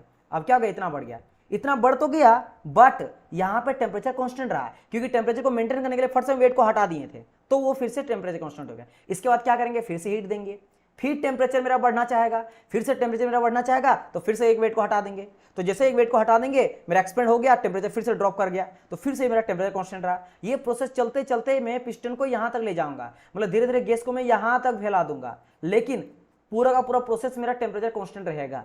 तो पहली बात ये जो है ना पूरी तरह से हाइपोथेटिकल है, ये रियल में एग्जिस्ट नहीं करता है ना, ये मान के चलते हैं। इसीलिए कहा गया है ये कब पॉसिबल होगा, when the process will occur infinitely slowest manner, मतलब बहुत स्लो। मैंने कहा ना कि अगर आप 1 डिग्री सेल्सियस को गर्म करना चाहोगे, है ना, और आप दिन भर लगा दोगे गर्म करने में, दिन भर लगा दोगे, तब जाके वो समझ लो बीरबल का खिचड़ी सुने हो ना, है ना, बीरबल का खिचड़ी सुने हो ना, वही हाल है कि कहीं ऊपर में मैंने रखा चावल पका रहे हैं पानी डाल के, और नीचे में 2 लकड़ी जलावार वो गर्म होगा, तो समझ रहे हो ना, उसको सरफेस को गर्म होने में 2 दिन लग जाएगा, कुछ पता चलेगा नहीं ना, तो काफी स्लोवेस्ट मैनर होगा, तब जाके पॉसिबल है। तो ये आइडियल केस ही होता है, ये हाइपोथेटिकल केस होता है, ऐसा रियल में एग्जिस्ट नहीं करता। मैं पहले आपको ये चीज बता दे रहा हूँ, दैट्स वाई यहाँ पे क्या कर रहा है, स्टेट चेंज हो रहा है बट इक्विलिब्रियम में है। तो ऐसा तो हो सकता है क्या, नहीं हो सकता। इसलिए देखो ध्यान से, क्या बोल रहा है सर, ग्राफ में वॉल्यूम डाउन हो रहा, चेंज तो हो ही रहा है। मैंने कहा भाई प्रोसेस है तो स्टेट चेंज होगा। भाई प्रोसेस का डेफिनेशन मैंने क्या कहा, देखो आप लोगों को पता शिवम, तो ये सभी चीज मेरे से देखो, स्टेट क्या था प्रोसेस मेरा, चेंज ऑफ स्टेट तो चेंज हो ही रहा ना। अच्छा स्टेट मतलब क्या है, स्टेट मतलब सिस्टम का प्रॉपर्टी है, सिस्टम का प्रॉपर्टी है, मतलब यहाँ पे स्टेट अगर चेंज हो रहा, मान लो 1 में 2 में, तो दोनों अलग अलग स्टेट है 1 और 2, तो यहाँ पे प्रेशर अलग होगा, टेम्परेचर अलग होगा, वॉल्यूम अलग होगा, यहाँ पे प्रेशर वॉल्यूम टेम्परेचर डेंसिटी सब अलग होगा, तो स्टेट तो चेंज हो रहा, तभी तो उसको प्रोसेस बोल रहे हैं। लोकस ऑफ डिफरेंट स्टेट, अलग अलग स्टेट को मिला के हम लोग प्रोसेस बोल रहे हैं। तो जब मैं बोल रहा हूँ प्रोसेस है तो अलग अलग स्टेट तो आएगा ही, 1 2 3 4 5 6 कई सारा प्रोसेस से मिलकर आ रहा है, और हर जगह पे प्रेशर वॉल्यूम चेंज है। लेकिन इस टाइम पीरियड में हम लोग टेम्परेचर को कांस्टेंट रख के चल रहे हैं, समझ आया मेरी बात की नहीं। तो हर एक स्टेट में हम लोग इक्विलिब्रियम कंडीशन पे रख रहे हैं कि यहां भी जितना टेम्परेचर था वहां इतना भी है, यहां भी इतना है, यहां भी इतना है, यहां भी इतना है। और कैसे किए, जैसे मैंने आपको समझाया, एक एग्जांपल तरीके से समझाने के लिए किया, वैसा हाइपोथेटिकल होता है, ये रियल में एग्जिस्ट करना पॉसिबल नहीं है। तो इतना कौन करने जाएगा, इतना कौन करने जाएगा कि हल्का सा भी गर्म किया, और ये 1 डिग्री सेल्सियस नहीं, समझ लो 0.0001 डिग्री सेल्सियस गर्म करेंगे ना, वैसे ही वेट को हटाएंगे और फिर करेंगे, तो बहुत कम है, जो आपको फील भी नहीं होगा गर्म हुआ, तब तक हटा देंगे, तो वो गैस बढ़ते जाएगा, लेकिन लगेगा यार गैस बढ़ रहा लेकिन टेम्परेचर नहीं बढ़ा है ना, वैसा का केस आपको लगेगा कि भाई गैस यहां तक पहुंच गया है ना, इतना हो गया, एक्सपेंड तो किया, तो विदाउट ही तो करेगा नहीं, लेकिन टेम्परेचर नहीं बढ़ रहा, क्योंकि वो इस तरह मेंटेन करके रखा हुआ है, उतना स्लो करेगा तब जाके। समझ गए, चलिए समझ गए शिवम, मुझे बताइए समझ आ गया ना आपको, है ना। तो ये कब पॉसिबल है, only possible when the process is infinitely slowest manner, infinite में, बहुत ही छोटा छोटा छोटा छोटा। ये आप समझो ना डियर, जैसा आपको मेरा बात समझना, आपको भूख लगी है ना, आपको भूख लगा है और आप जाओगे खाना खाने, और आपको मैं बोलूंगा एक एक दाना खाना, एक एक दाना, एक चावल खाओगे, एक चावल खाओगे, है ना। आपको बोलना कि भूख लगा ही चलना चाहिए। अगर मान लो आपको मैंने दे दिया एक कटोरी चावल, कटोरी में एक कटोरी मैंने चावल दे दिया, और आपको बोलेंगे कि भाई आपको कांस्टेंट क्या रखना कि भूख लगा ही रहना चाहिए, आप खा रहे हो लेकिन भूखे लगना चाहिए। भाई आप एक एक खाओगे और फिर 2 मिनट के बाद बोलूंगा और एक दाना खाओ चावल का दाना, फिर और एक दाना खाओ चावल का दाना, आपको एक कटोरी खत्म करने में दिन भर लग जाएगा। तो क्या उस चावल को खाने के बाद आपको भूख लगेगा? फिर लग जाएगा, मतलब पेट भरेगा? नहीं भरेगा ना, कांस्टेंट रहेगा, भूख लगे रहेगा, क्योंकि उतना तो आपने वेस्ट ही कर दिया काम वर्क डन करने में। वही हाल है यहाँ पे इतना स्लोवेस्ट में, तो समझ लो इक्विलिब्रियम में ही रहेगा, आपका कुछ पेट भरने वाला है नहीं। वही हाल है यहाँ पे, समझ आया? वैसा कुछ यहाँ पे देखने को मिलता है। तो वैसा क्या एग्जिस्ट करता है क्या? कोई ऐसा इंजन में हम लोग करा सकते हैं क्या? हाँ, इतना स्लो अगर कराएंगे तब तो काम ही हो गया भाई। गाड़ी इंजन को अगर मैं स्टार्ट करना चाहूंगा तो पता चला तो भाई स्टार्ट होते होते गर्म होते होते 10 दिन लग गया। हाँ, तो ये बिल्कुल भी ऑथेंटिक नहीं है। बट इसका यूज हम लोग कहाँ करते हैं? जब आइडियल कोई, जैसे कार्नोट साइकिल हम लोग मैं बताऊंगा, तो आइडियल साइकिल का आइडियल प्रोसेस का यूज करते हैं क्योंकि मैक्सिमम एफिशिएंसी मिलता है। रियल में कहीं काम नहीं आता, लेकिन एक पता चलता कि अगर ऐसा होगा तो मैक्सिमम वर्क डन बना सकते हैं। तो बाकी सबको इसको देख के करते हैं कि देखो उतना जाना है, उस तरह का करना है, भले वो तो पॉसिबल नहीं लेकिन वहां तक जा सकते हैं, देखते हैं। समझ आया? चलिए आगे बढ़ते हैं। ये हो गया चीज। तो क्वासी स्टैटिक प्रोसेस हो जाता, वो बहुत ही स्लोवेस्ट मैनर होता है। और यहाँ पे क्या देखे कि यहाँ पे वॉल्यूम प्रेशर चेंज होता रहा था, अलग अलग स्टेट अलग अलग स्टेट अलग अलग स्टेट, लेकिन थ्रू आउट दी पूरा प्रोसेस में मेरा टेम्परेचर यहाँ पे कांस्टेंट था। तो ये प्रोसेस को हम लोग आइसोथर्मल प्रोसेस कहते हैं, क्योंकि टेम्परेचर कांस्टेंट है। तो मैं आइसो मतलब होता सेम, और थर्मल मतलब होता पहले से आपको पता हीट होता है। आइसो मतलब सेम, सेम हीट है, यानी हीट बोले तो टेम्परेचर, हीट से टेम्परेचर आता है, तो टेम्परेचर सेम है, यानी टेम्परेचर चेंज नहीं हो रहा है, तो इसको टेम्परेचर कांस्टेंट को आइसोथर्मल कहा जाता है। और यहां से समझ गए कि अगर ये स्लोएस्ट प्रोसेस है, यानी कि आइसोथर्मल भी मेरा क्या प्रोसेस है? स्लो प्रोसेस है, यानी कि आइसोथर्मल भी मेरा इम्पॉसिबल प्रोसेस है।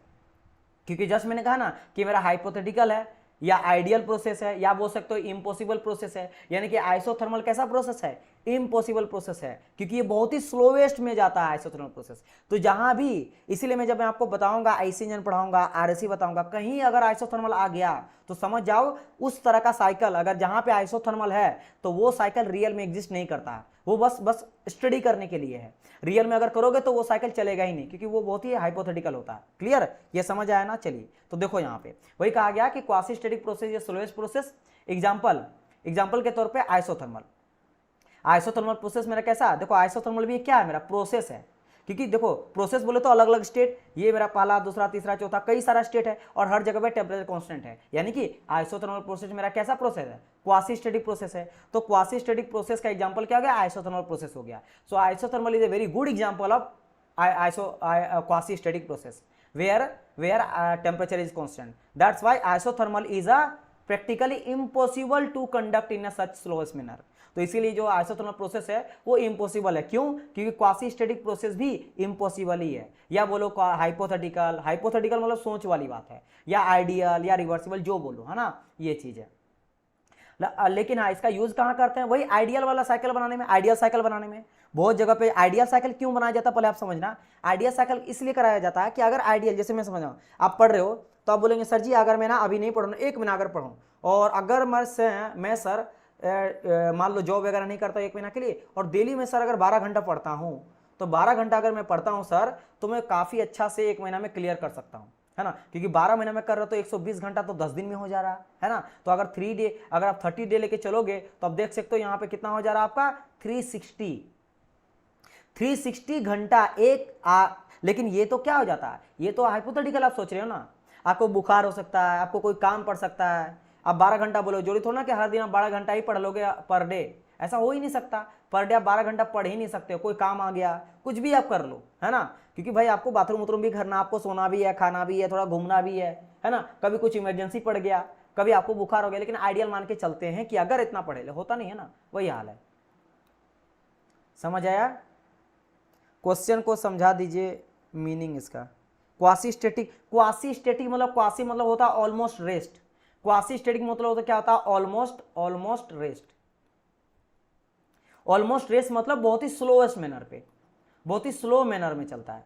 स्लो मैनर में ऐसा मैनर में चलता है कि चेंज हो रहा है बट पता नहीं चल रहा है, समझा। जैसे मैंने यहाँ कहा, जैसे प्रेशर का, जैसे हम लोग टेम्परेचर बढ़ाएंगे तो हम वो एक वेट को हटा देंगे तो वो क्या करेगा, गैस तो एक्सपेंड कर जाएगा लेकिन टेम्परेचर घटेगा, मतलब उतना ही रहेगा, टेम्परेचर बढ़ेगा नहीं, टेम्परेचर बढ़ने नहीं देंगे। फिर से टेम्परेचर बढ़ेगा, फिर से हटा देंगे, फिर से टेम्परेचर घट गया लेकिन गैस एक्सपेंड कर गया, तो गैस बढ़ता जा रहा है, मतलब वॉल्यूम धीरे धीरे बढ़ रहा है, तो वॉल्यूम धीरे धीरे बढ़ रहा है, वॉल्यूम बढ़ रहा है, वॉल्यूम बढ़ रहा है और प्रेशर घट रहा है। समझ आए मेरी बात की नहीं। यहाँ पे हर बार जैसे मैं वेट को हटा दे रहा हूँ तो ऊपर जा रहा है, यानी कि क्या हो रहा है, धीरे धीरे मेरा वॉल्यूम बढ़ रहा है, तो वॉल्यूम धीरे धीरे देख सकते हो बढ़ रहा बढ़ रहा बढ़ रहा बढ़ रहा, वॉल्यूम बढ़ रहा है। और जैसे वॉल्यूम बढ़ रहा प्रेशर घट रहा है, तो प्रेशर देखो प्रेशर मेरा घट रहा है। लेकिन इस टाइम पीरियड में टेम्परेचर को हम लोग कांस्टेंट मान के चल रहे हैं, वही प्रोसेस है, वही क्वासी स्टैटिक है। क्वासी स्टैटिक मतलब ऑलमोस्ट रेस्ट, और ये हाइपोथेटिकल होता है, रियल नहीं होता है, इमेजिनरी होता है। तो बाय विच आइसोथर्मल प्रोसेस, जो मैंने कहा कि आइसोथर्मल प्रोसेस मेरा एग्जांपल हो जाता है क्वासी स्टैटिक प्रोसेस का, ये भी स्लोवेस्ट होता है और ये इम्पॉसिबल है। तो इसका यूज कहाँ करते हैं, आइडियल साइकिल के लिए, क्योंकि आइडियल के लिए, आइडियल मेरा प्रोसेस है तो आइडियल साइकिल के लिए करते हैं, है ना, आइडियल साइकिल के लिए, समझ आया, आइडियल रिजल्ट के लिए करते हैं, लाइक इन कार्नोट साइकिल, क्योंकि कार्नोट साइकिल मेरा इम्पॉसिबल साइकिल होता है। ये कैसा होता है मेरा, ये होता है मेरा इम्पॉसिबल साइकिल, इम्पॉसिबल साइकिल होता है। या बोल सकते हो कि मेरा ये आइडियल साइकिल होता है, ये मेरा आइडियल साइकिल, या फिर बोल सकते हो ये मेरा रिवर्सिबल साइकिल होता है। रिवर्सिबल मतलब क्या होता है, रिवर्सिबल मतलब कोई भी लॉसेस नहीं होता है, कोई भी लॉसेस नहीं होता है ना। आइडियल, आइडियल बोलो, रिवर्सिबल बोलो, सबका मतलब ये होता है कि ये मेरा इक्विलिब्रियम। इसलिए मैं क्या बोल रहा हूँ, देखो यहाँ बोला गया था ना कि system will B state of equilibrium, equilibrium में चेंज नहीं हो रहा, लॉस नहीं हो रहा, लॉस नहीं हो रहा है, रिवर्सिबल है, रिवर्स करा सकता है। रिवर्स मतलब तो समझो कि मैं अगर यहाँ से चल के वहाँ तक गया और फिर घूम के आ गया तो रिवर्स आ गया, है ना, उसको कहा जाता है रिवर्सल। सर अगर टेम्परेचर नहीं बढ़ रहा तो वॉल्यूम ऑफ गैस कैसे बढ़ जाएगा, बिल्कुल बढ़ेगा, बिल्कुल बढ़ जाएगा, ये तो आप नहीं समझे, है ना, ये तो आप नहीं समझे। जैसे आप बोले ना कि सर जी टेम्परेचर अगर नहीं बढ़ रहा, भाई साहब मैंने वेट को हटाया ना, तो वेट को हटाया तो नहीं बढ़ेगा, उसको दबा के रखा गया है। ये समझो कि मैंने क्या करा है, इस तरह करके दबा के रखा है। तो जैसे यहाँ पे टेम्परेचर बढ़ रहा, तो टेम्परेचर को मुझे मेंटेन करना है, टेम्परेचर को मुझे बढ़ने नहीं देना है। तो टेम्परेचर बढ़ने के लिए एक्सपेंड करना चाहेगा, टेम्परेचर बढ़ेगा क्योंकि वो वहाँ पे गर्मी बढ़ रहा है, तो मैं क्या करूँगा, जैसे हटा दूंगा, तो एक वेट को हटाया तो थोड़ा फैल गया, हल्का सा, एकदम बहुत ही माइनर, बहुत माइनर, जो आपको दिखाई नहीं देगा आँख से, लेकिन मैंने थोड़ा बढ़ा दिया, तो क्या बढ़ाया, तो गैस को जगह मिल गया, तो टेम्परेचर कांस्टेंट हो गया। फिर वही मेंटेन, मान लो 20 से वो 20.1 होने वाला था, तो मैं जैसे हटाया तो 20 ही फिर आ गया, लेकिन वॉल्यूम बढ़ गया, तो वॉल्यूम बढ़ा तो प्रेशर भी घटा। फिर और एक बार हीट आया, फिर 2.20 फिर 1 जाने वाला था, फिर से मैंने एक वेट को हटा दिया, एकदम बहुत ही कम वेट को हटाया। समझ आया अमित, एक वेट को हटा रहे हैं जिसके वजह से एक्सपेंड कर रहा है, ये वेट ही तो उसको दबा के रख रहा है पिस्टन को, एक वेट हटाएंगे तो पिस्टन ऊपर आते जाएगा, ऊपर आते जाएगा, क्यों आते जा रहा, ताकि मैं चाह रहा हूं कि गैस का टेम्परेचर ना बढ़े। तो वो जो मान लो 20 डिग्री सेल्सियस में है या 10 डिग्री सेल्सियस में, जैसे 10.001 हो रहा है, तो जैसे मैं यहाँ पे हटा रहा हूँ वेट को, ये टेम्परेचर फिर से 10 डिग्री सेल्सियस हो रहा है, फिर से 10.001 होना चाहेगा, फिर वेट को हटाएंगे, फिर 10 डिग्री सेल्सियस आ जाएगा, तो कुल मिला के 10 ही रहेगा, वो चेंज नहीं होगा। और मेरा धीरे धीरे इसी तरह पिस्टन हटाते जाएंगे और end of the day piston बहुत ऊपर चलेगा, वॉल्यूम मेरा बहुत बढ़ जाएगा, प्रेशर घट जाएगा, लेकिन टेम्परेचर कांस्टेंट रहेगा। समझे ना, समझे ना, इतने ही समझो जितना मैं बोल रहा हूँ, समझ आया, एकदम सिंपल सा बात है। एक बार नहीं समझ आ रहा तो प्लीज आप रिपीट करिएगा, क्लियर हो जाएगा। क्लियर हो गया ना अमित, हाँ ठीक है, ठीक है। और क्वासी स्टैटिक का मतलब एक्चुअली क्या होता है, क्वासी मतलब होता है ऑलमोस्ट, स्टैटिक, स्टेट मतलब जानवे करता है स्टैटिक पोजीशन, एक होता है डायनेमिक, होता है स्टैटिक। स्टैटिक मतलब रुका हुआ, डायनेमिक मतलब मोशन किया, चलते रहना। तो क्वासी स्टैटिक मतलब ऑलमोस्ट रेस्ट, ये ऑलमोस्ट रेस्ट रहता है हर जगह पे, रेस्ट मतलब इक्विलिब्रियम कंडीशन में, चेंज नहीं करता है। समझ आया। और उसका एग्जांपल हो गया आइसोथर्मल प्रोसेस, ठीक है, कई स्टेट से मिलकर बनाता है, हर एक बहुत सारे स्टेट से मिलकर रहता है मेरा, लेकिन हर एक स्टेट में टेम्परेचर कांस्टेंट रहता है। यहाँ समझ गए ना। तो यहाँ तक अभी हम लोग बात किए 3 स्टेट के बारे में, एक हम लोग पढ़े नॉन फ्लो प्रोसेस, एक हम लोग पढ़े फ्लो प्रोसेस, एक हम लोग पढ़े क्वासी स्टैटिक प्रोसेस। ये 3 हम लोग प्रोसेस के बारे में डिस्कस किए। अब हम लोग बात करते हैं आगे। अब अभी जस्ट बात किए थे रिवर्सिबल, रिवर्सिबल कि यहाँ पे रिवर्स हो जाता है, रिवर्स हो जाता है, इसको हम लोग रिवर्सिबल प्रोसेस कहते हैं। मैंने कहा था ना कि हम लोग जो है ना, ये आपके क्वासी स्टैटिक प्रोसेस को रिवर्सिबल कहते हैं। तो रिवर्सिबल का क्या मतलब है, सर ग्राफ में प्रेशर भी डिक्रीज हो, तो भाई साहब अगर आप वॉल्यूम को बढ़ा रहे हो तो प्रेशर डिक्रीज नहीं होगा, डिक्रीज हो रहा है तो टेम्परेचर भी कांस्टेंट, एंड टेम्परेचर भी कांस्टेंट, तो गैस का वॉल्यूम क्यों इंक्रीज होगा। प्रेशर अगर घटता किसी का तो वॉल्यूम उसका बढ़ेगा ही ना डियर। नहीं समझ आ रहा शिवम, देखो मेरा बात समझना, सिलेंडर है, आप गैस रखे हो, ठीक है, सिलेंडर के अंदर आप गैस दबा के रखते हो, तो वो हाई प्रेशर में रहता है, ठीक है, हाई प्रेशर में रहता है, बस टेम्परेचर को यहाँ पे कांस्टेंट मान के चले हैं, उसको आप समझ लो कि उसको वेरी नहीं होने देना है। बाकी जैसे जैसे मैं इसको हटाते जाऊंगा ना, जैसे मैं कंप्रेस किया तो कंप्रेस कर रहा हूं तो मोलिक्यूल, अरे भाई मेरा बात समझना है ना, आपको मैं पहले बता चुका हूं फिर भी आप कंफ्यूज हो जा रहे हो डियर। ये समझो कि अभी क्या है ना, यहां तक मेरा पिस्टन और इसके अंदर क्या है कि मेरा मोलिकुल्स है। मान लो इसके अंदर मेरा 10,000 मोलिकुल है, समझ आइए, लास्ट बार समझा रहा हूं, 10,000 मोलिकुल्स है, 10,000 मोलिकुल, अभी इतना जगह है। अब मैं क्या कर रहा हूं ना, इस जगह को कम कर दे रहा हूं, मतलब मैं क्या कर रहा हूं, प्रेशर को बढ़ा दे रहा हूं। तो जगह में कम कर दिया, मतलब क्या करा, पिस्टन को ना यहां से हटा के थोड़ा आगे कर दिया। अब मैं थोड़ा जगह इसके लिए कम दे दिया, मात्र यहीं तक दिए, पिस्टन यहां चल गए, तो अब मेरा मात्र जगह कहां से मिला, अब मात्र जगह इतना से यहीं तक हो रहा। तो 10,000 मोलिकुल है तो उसको जगह कम मिल गया ना, तो वो लोग तो काफी टकराएगा, जो ज्यादा टकराएगा तो ज्यादा प्रेशर क्रिएट करेगा। याद है, वॉल में ज्यादा टकराने लगेगा, क्योंकि बहुत कम ज्यादा टकराएगा, ज्यादा वॉल से भी टकराएगा, खुद भी टकराएगा, तो प्रेशर और ज्यादा करेगा, मेरा डिक्रीज करेगा, क्योंकि जगह कम मिल गया। तो क्यों ऐसा हुआ, क्योंकि आपने प्रेशर को बढ़ा दिया, प्रेशर बढ़ा दिया, या बोल सकते हो वॉल्यूम आपने घटा दिया। अब जैसे बोलो कि वॉल्यूम घटा तो प्रेशर बढ़ा, और अगर वॉल्यूम बढ़ेगा तो प्रेशर घटेगा, कि दोनों में आपस में इनवर्सली प्रोपोर्शनल है। अगर आप वॉल्यूम को घटा दिए तो प्रेशर बढ़ गया, है ना। आप क्या करो, इसको खोल के बड़ा जगह पे कर दो, ये इतना छोटा सिलेंडर है ना, आप एक काम करो ना, वॉल्यूम को पूरा बढ़ा दो, इतना बड़ा सिलेंडर कर दो, इतना बड़ा सिलेंडर कर दो, इसके अंदर का गैस डाल दो, तो यहाँ पे क्या होगा, वॉल्यूम बहुत आपने बढ़ा दिया, तो वॉल्यूम बढ़ा दिया तो वही 10,000 मॉलिक्यूल को बड़ा जगह मिल गया, आराम से मूव कर रहा, अब ज्यादा टकरा नहीं रहा, क्योंकि बीच में गैप आ गया तो प्रेशर घट गया। तो आप समझ आया ना, जैसे जैसे वॉल्यूम मेरा बढ़ाएं वैसे प्रेशर ड्रॉप किया, खत्म बात, ठीक है। बस यहाँ पे टेम्परेचर को कांस्टेंट करके चलना है, कैसे करेंगे वो मैंने कहा, हल्का बढ़ा फट से हटाओ, क्योंकि फैल जाना चाहिए लेकिन टेम्परेचर कांस्टेंट रहना चाहिए, आपका मोटो होना चाहिए। चलिए इसके बारे में काफी, चलो ठीक है, ये थोड़ा है क्रिटिकल, समझ आ जाना चाहिए, ठीक है, समझ गए ना। अब बात करते हैं आगे, अब बात करते हैं रिवर्सिबल प्रोसेस क्या होता है, ये देख लेते हैं रिवर्सिबल प्रोसेस क्या होता है। ये दो बहुत इंपॉर्टेंट था इस प्रोसेस में, इस सभी प्रोसेस में दो ही इंपॉर्टेंट है, क्वासी स्टैटिक प्रोसेस और रिवर्सिबल प्रोसेस, जो समझने वाली बात है, बाकी वन लाइनर वाला चीज है। रिवर्सिबल मतलब क्या होता है, रिवर्स कर जाना, रिवर्स होता ना, बाइक चला रहे हो, बाइक को रिवर्स करो, कार को रिवर्स करो, मतलब जहां से गए हो उधर ही उसी लाइन पे आओ, रिवर्स करो, घुमाओ, पीछे करो, है ना, जहां से जिधर गए उधर ही आओ, वही है। A process such that if get back into the original state, अगर वो ओरिजिनल स्टेट में रिटर्न आ जाता है जहां से स्टार्ट किया था, तो उसको हम लोग बोलते हैं रिवर्सिबल प्रोसेस। लेकिन सिर्फ रिवर्स नहीं आना है, देखो, without leaving any effect in the surrounding. बच्चे बार बार ये चीज गलती कर देते हैं कि ये वाले को ध्यान नहीं देते हैं, उनको ये लगता है कि मैं फील्ड में अगर दौड़ रहा हूं तो जहां से मैंने स्टार्ट करा था वहां से अगर फिर से मैं आ गया तो रिवर्सिबल कहलाएगा, नहीं, ये अलग बात आप रियल लाइफ में बोल सकते हो, लेकिन थर्मोडायनामिक्स के केस में रिवर्सिबल प्रोसेस नहीं कहेंगे। कब कहेंगे, कहेंगे कि वो आया घूम के, लेकिन ये आधा स्टेटमेंट है, पूरा स्टेटमेंट ये है कि वो आ तो गया, लेकिन वो जो भी सिस्टम में दिया था ना, जो भी सिस्टम में दिया था वो फिर से लेना चाहिए। अगर मान लो वो सपोज करो इस तरह से, है ना, ये पीवी डायग्राम में समझते बेटर समझ आएगा, समझ लो पीवी है, ये 1 से लेकर 2 तक कोई आया है, कोई दौड़ते हुए, या फिर मान लो यहाँ से चेंज आया, यहाँ कुछ प्रेशर था, है ना, P1 था,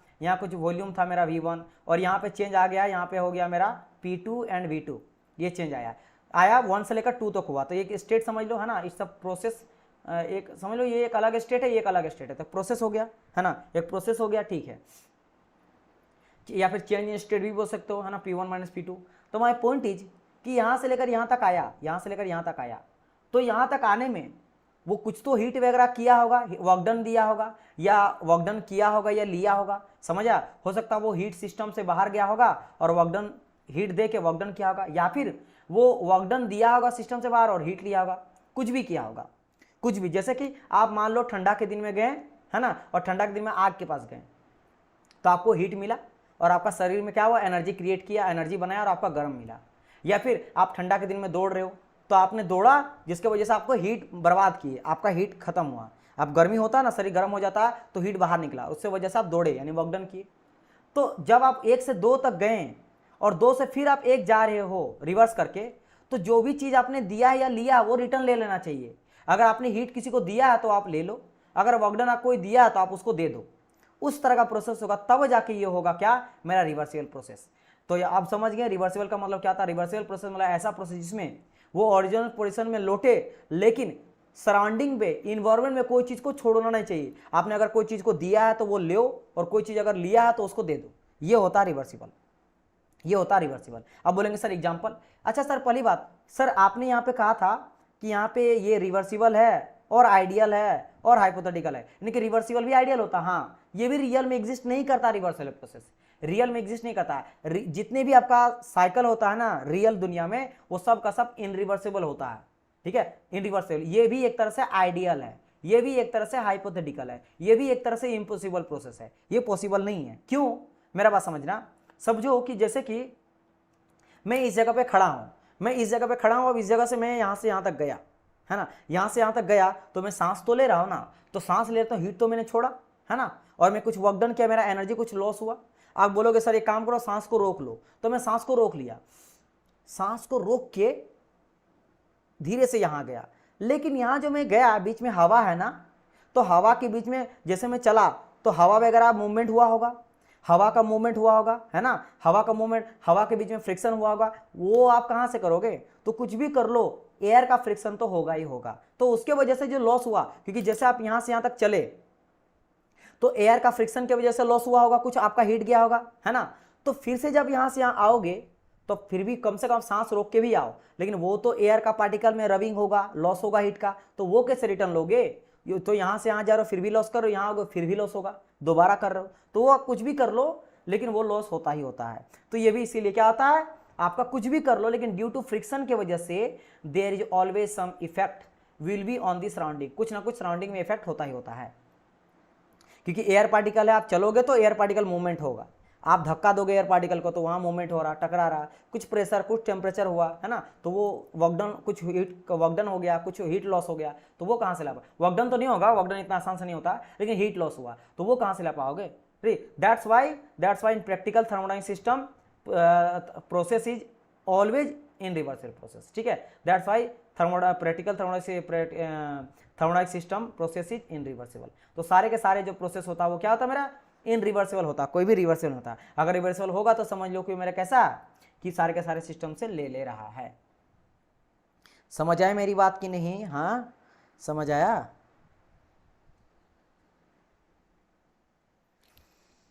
ये चीज है।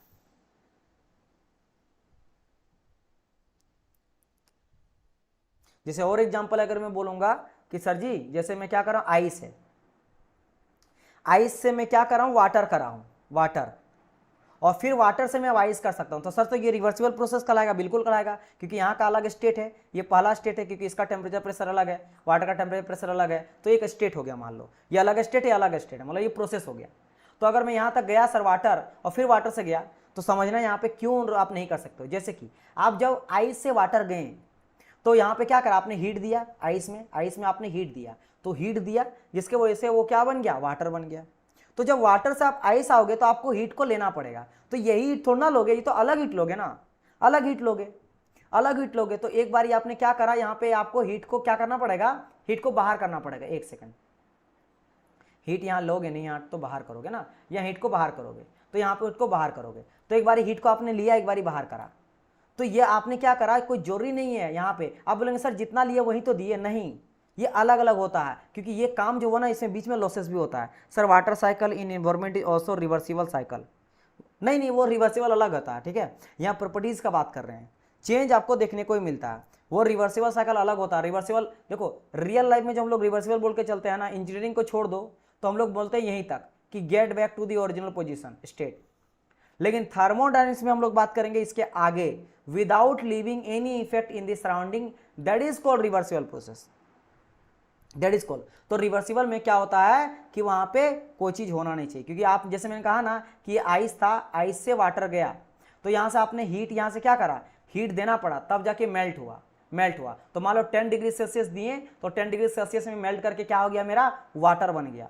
अब वाटर से फिर से आइस करना है तो हीट को बाहर करना पड़ेगा, तो मान लो यहाँ पे मैंने 10 डिग्री सेल्सियस को अब मैंने बाहर निकाला, तो ये बन गया मेरा आइस। तो आप बोलेंगे सर रिवर्सिबल तो हो गया, लेकिन जब आप हीट को लिए ना तो सराउंडिंग में बहुत सारा लॉस, आप मतलब हीट जब दे रहे हैं तो जो किसी चीज जैसे में आप आग जलाए हो, कुछ भी करो, तो एयर में फ्रिक्शन भी तो हुआ है, वो कहां से ला पाओगे, उसको कैसे रिटर्न करोगे, क्योंकि वो तो जब हीट को बाहर निकालोगे फिर भी होगा, क्योंकि हीट बाहर होगा तो सराउंडिंग में ही जा रहा है ना।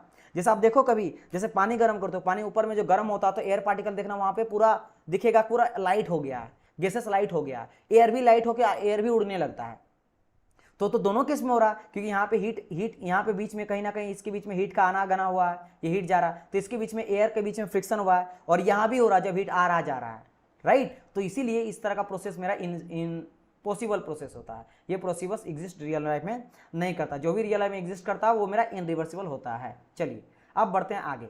अब हम लोग देखो और कुछ प्रोसेस के बारे में बात करेंगे, जैसे आपका इनरिवर्सिबल प्रोसेस। तो अभी जैसे मैं बात कर रहा हूँ रिवर्सिबल का, जो क्या होता है कि मेरा get back to original position without leaving any effect on the surrounding, कोई सराउंडिंग को छोड़े बिना। तो अगर रियल लाइफ में इनरिवर्सिबल होता है, यानी कि a process which can't be reverse, इसको हम लोग रिवर्स नहीं कर सकते without leaving any effect on the surrounding, can't be reverse, मतलब समझ रहे हो ना, ये जब तक नहीं छोड़ेगा, ठीक है, कोई ना कोई इफेक्ट सराउंडिंग में छोड़ेगा तभी जाके वो रिवर्स आ सकता है, तो वो मेरा कहलाएगा इनरिवर्सिबल। क्योंकि जैसे वो कुछ छोड़ा तो उसको तो रिवर्सिबल बोलेंगे नहीं, तो वो रियल लाइफ में एग्जिस्ट करता है, that is called your irreversible process. ये समझ गए। चलिए इसके बाद और कुछ छोटा छोटा जान लेते हैं। जैसे दो आपका प्रोसेस में बताता हूं, एक होता है मेरा कहलाता है एडियाबेटिक, एक कहता है डाइथर्मिक। तो ये बेसिकली दोनों वॉल होता है, मेरा एडियाबेटिक वॉल भी आप बोल सकते हो, ये प्रोसेस भी होता है और वॉल भी होता है दोनों। तो पहले वॉल समझ लो। एडियाबेटिक वॉल मतलब क्या होता है, जहां से हीट मेरा पास, हीट जाने नहीं देते हैं, सॉरी, हीट अगर नहीं जाने देंगे तो उसको कहा जाता है एडियाबेटिक वॉल। और डाइथर्मिक वॉल होता है जहां से मेरा हीट पार होता है। तो when a system is enclose by an adiabatic wall, adiabatic wall मतलब which doesn't allow heat transfer, जो मेरा हीट ट्रांसफर का अलाउ नहीं करता है, वैसे प्रोसेस को, such process is known as adiabatic process या वॉल। अगर वॉल है, कोई दीवार है जो पार नहीं होने दे रहा, उसको हम लोग वॉल कहेंगे। और कोई भी ऐसा प्रोसेस है, एक से लेकर दो कोई प्रोसेस ऐसा हो रहा जिसके बीच में हीट का ट्रांसफर नहीं होने दे रहे हैं, है ना, हीट का ट्रांसफर रोक दे रहे हैं एक से दो के बीच में, तो उसको हम लोग बोलते हैं एडियाबेटिक प्रोसेस। उसी तरह एक डायथर्मिक वॉल होता है, ऐसा वॉल जो मेरा हीट को पार करता है। ये कहाँ पे यूज करते हैं, जैसे हम लोग भट्टी बनाते हैं, है ना, जहाँ पे आयरन को मेल्ट करा जाता है, बड़ा बड़ा भट्टी जो आपका फैक्ट्री वगैरह में लगता है, तो वहाँ पे रिफ्रैक्टिव मटेरियल का यूज करता है, उसका ब्रिक बनाने, ब्रिक जो ईंट रहता है, ईंट बनाने के लिए रिफ्रैक्टिव मटेरियल का बनाया जाता है, जो बेसिकली एडियाबेटिक की तरह काम करता है, जिससे हीट बाहर नहीं जाता, ताकि मेरा भट्टी गर्म रहे बहुत देर तक, हीट बाहर ना जाए। जैसे आपका थर्मस का बोतल होता है ना, थर्मस का बोतल जो वॉल होता है कैसा होता है, मेरा एडियाबेटिक वॉल होता है। जब गर्म पानी रखते हो गर्म ही रहता है, क्योंकि हीट बाहर नहीं जाने देता है, या ठंडा पानी रखते हो ठंडा ही रहता है, ठीक है। और डायथर्मिक वॉल क्या होता है, जो पार होने देता है। कोई भी चीज देख लो, मेटल देख लो, डायथर्मिक वॉल है, मेटल ऑटोमेटिक हीट को पास करता है ना। अगर आप बड़ा सा रॉड लिए हो और अगर एक साइड में गर्म है रॉड का, तो दूसरा साइड में आपको कुछ देर के बाद हीट नजर आता है, मतलब फील होता है कि आपको गर्मी लग रहा है। क्यों? क्योंकि वो मेरा डायथर्मिक बिहेव करता है ना, हीट का बहुत अच्छा कंडक्टिव। तो समझ सकते हो कि एक तरह से डायथर्मिक को बोल सकते हो कि गुड कंडक्टर ऑफ हीट, है ना, ये अच्छा हीट को कंडक्ट होता है, गुड कंडक्टर होता है, गुड कंडक्टर होता है। और ये अगर बात करें डायथर्मिक, तो एक तरह से समझ लो कि मेरा बैड कंडक्टर होता है। बैड कंडक्टर किसका, अभी हम लोग हीट का बात कर रहे हैं, ठीक है, इलेक्ट्रिसिटी का नहीं। तो ये बैड कंडक्टर ऑफ हीट होता है, हीट को पास होने नहीं देता है। समझ आया, समझ आया, ठीक है। चलिए इसके बाद तीन होता है आइसो वाला, तीन होता है आइसो वाला। अभी हम लोग इसके बाद और डिस्कस करेंगे, ऐसा बात नहीं है ना, और डिस्कस करेंगे। जैसे आपका इस तरह आइसोबारिक, आइसोकोरिक, आइसोथर्मल के अलावा आपका एडियाबेटिक भी होता है, पॉलीट्रोपिक भी होता है। लेकिन आइसो का बात करेंगे ना, तो आइसो तीन तरह का होता है। एक होता है आइसोबैरिक, होता है आइसोकोरिक, होता है आइसोथर्मल।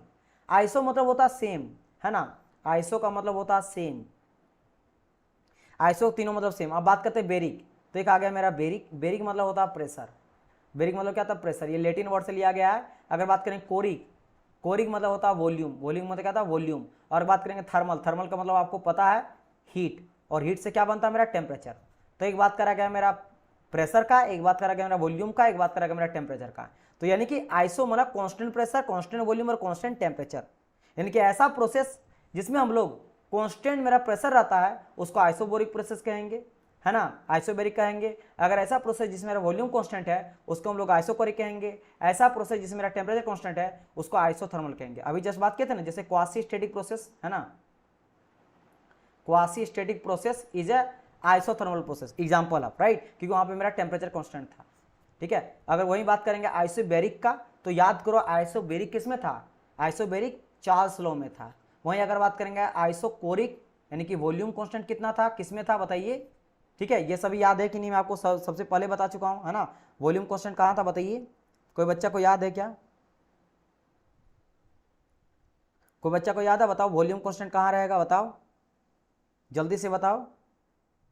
मैं सब ये सभी आप लोग को जो है ना वो बता रखा हूं, कोई मुझे बताए तो भला, देखते हैं कि आप लोगों को कितना याद है, जल्दी से बताइए।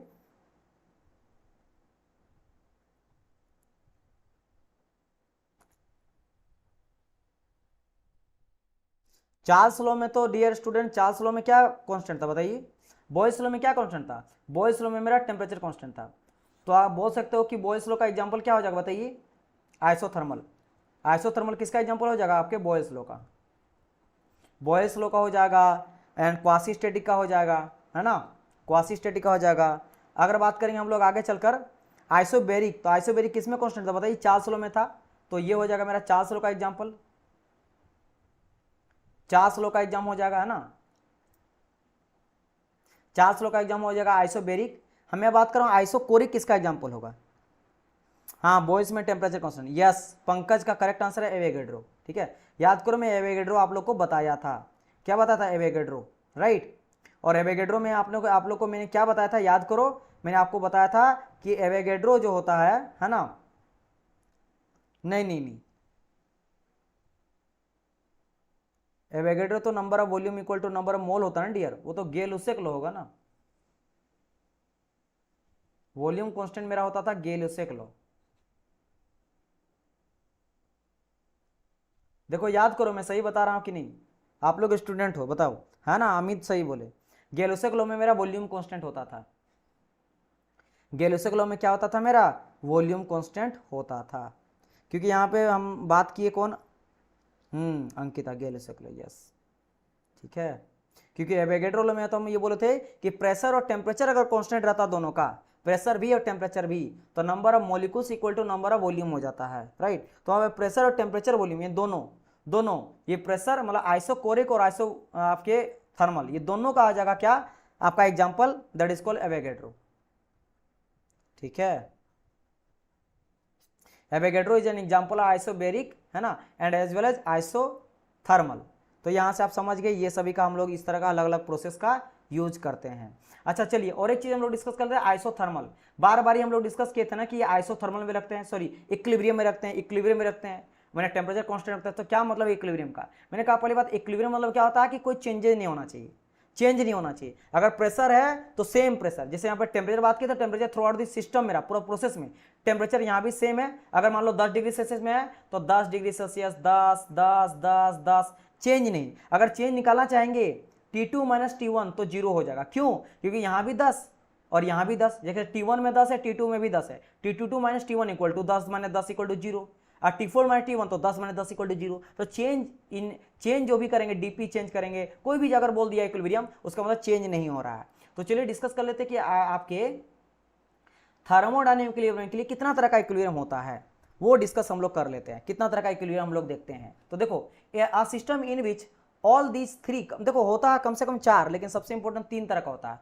तो यहाँ पे कुछ सच टाइप ऑफ इक्विलिब्रियम आपका एस्टेब्लिश होना चाहिए, तब जाके बोलेंगे कि वो मेरा जो सिस्टम है ना, वो मेरा थर्मोडायनामिक इक्विलिब्रियम में है। सिस्टम बोले तो जिसमें हम लोग स्टडी कर रहे हैं, क्योंकि स्टडी करने के टाइम पे कोई चेंज नहीं होना चाहिए कि मैं स्टडी कर रहा हूं और मैं, मान लो मेरा बात समझना, मैं ये बोला हूं कि अगर आप, है ना, अगर आप डेली 10,000 रुपये हर मंथ कमाओगे, है ना, मान लो हर महीना मान लेते हैं 40,000, हर महीना अगर आप 40,000 रुपया कमाओगे, तो आपने एक प्लानिंग करा कि 40,000 अगर हर महीना आता है तो घर का खर्च होता है मान लो 15-20,000 रुपया, तो मैं क्या करूंगा, 10,000 रुपया और खर्चा कुछ होता है, 10 रुपया एक्स्ट्रा एक्सपेंसिव, तो मैं 10,000 रुपया बचा सकता हूं और 1 साल के बाद मैं 1 लाख रुपया बना सकता हूं। उसके बाद मेरा ड्रीम बाइक को मैं खरीद सकता हूं। सपोज करो कि मैं 2 साल के बाद एक ड्रीम बाइक 2.5 लाख का या मैं लूंगा, या फिर 4 साल के बाद मैं एक कार निकालूंगा, है, फाइनेंस करके, इतना 3 लाख में, इतना 4 लाख में, इस तरह से।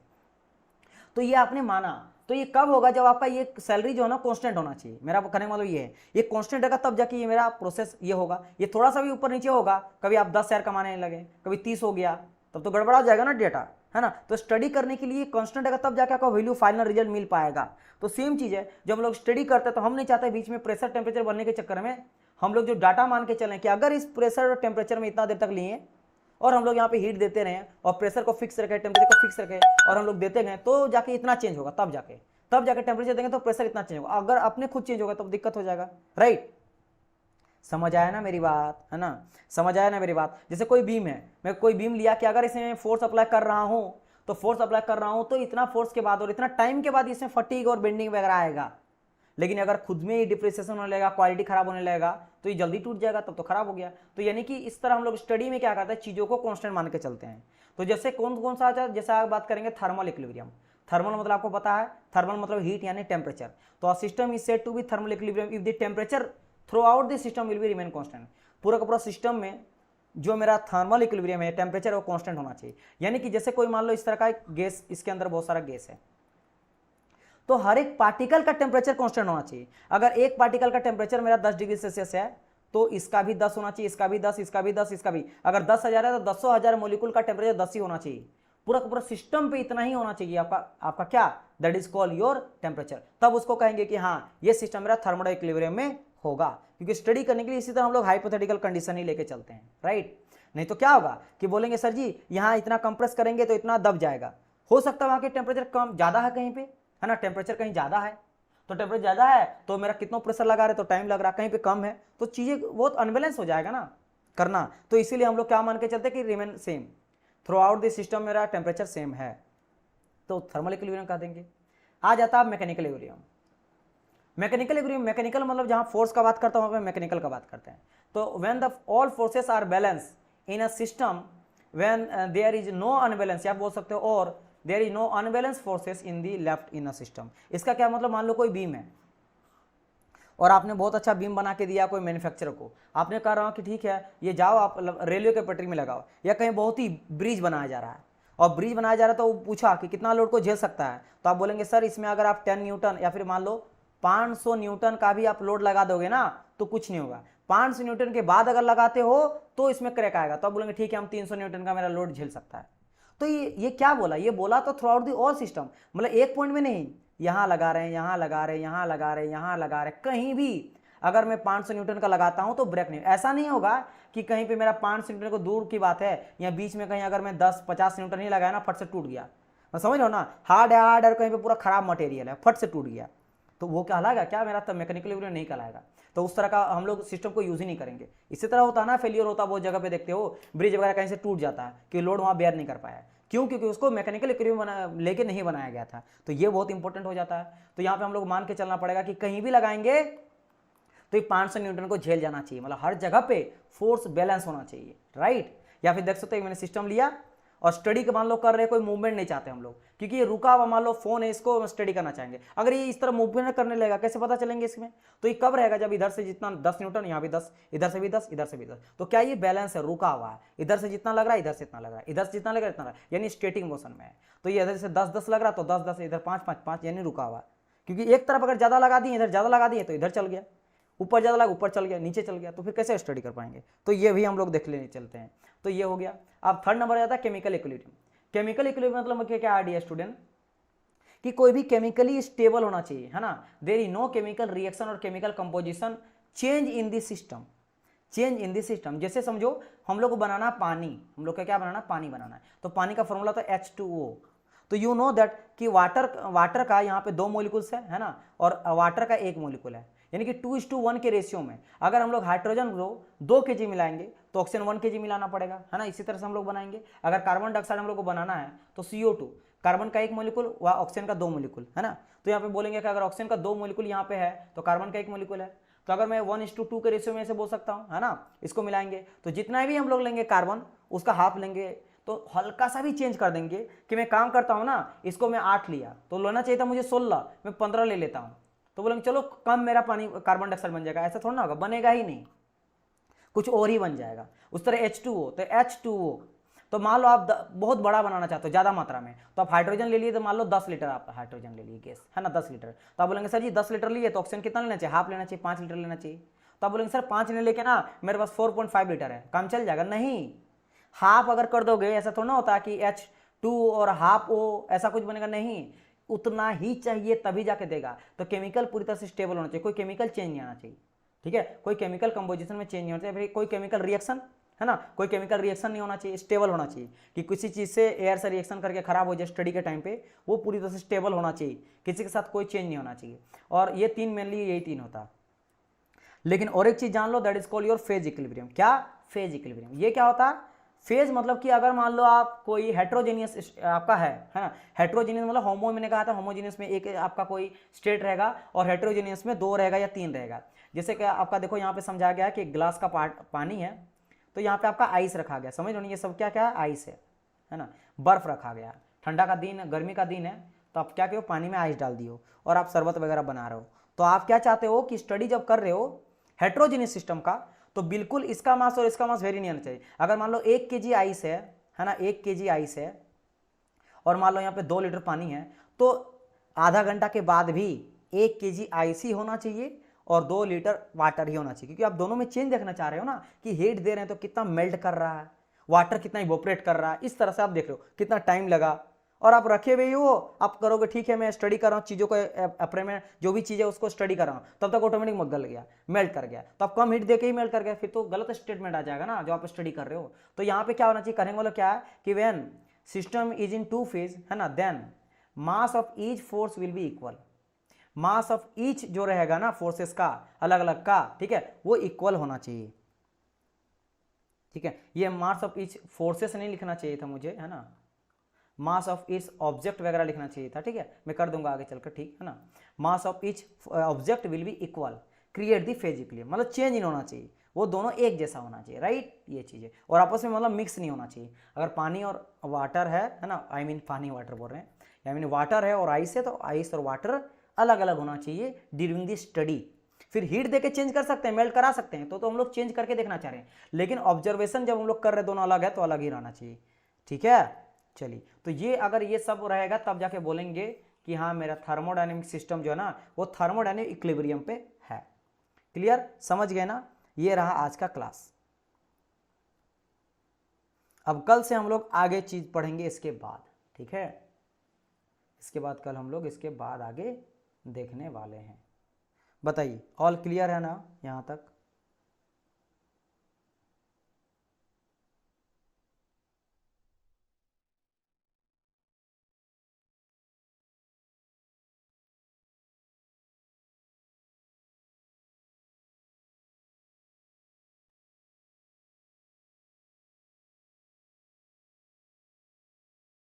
चलिए, all clear. Sir please phase equilibrium में टेम्परेचर कांस्टेंट होगा क्या? हाँ होगा ही। अगर देखो आपको क्या करना है, यहाँ पे टेम्परेचर का बात नहीं करा गया, यहाँ पे इंपॉर्टेंट क्या समझना, फेज इक्विलिब्रियम मतलब कि जो मास होगा दोनों ऑब्जेक्ट, दोनों सब्सटेंस का, वो आपस में अलग सेपरेट होना चाहिए, इक्वल होना चाहिए, और एक चीज इक्वल भी होना चाहिए। अगर ये 2 लीटर है तो ये भी 2 लीटर, या केजी मान लो तो ये भी 2 kg होना चाहिए, 2 लीटर है तो ये भी रहना चाहिए, कोई भी चीज 2 ले रहे हो, ठीक है। तो टेम्परेचर कांस्टेंट रहेगा तभी जाके वो मेरा रहेगा, वो अलग कांस्टेंट में अलग तरीके से है ना। तो फेज इक्विलिब्रियम बहुत ही डिफिकल्ट होता है, हेट्रोजीनियस सिस्टम स्टडी करना बहुत डिफिकल्ट होता है ना।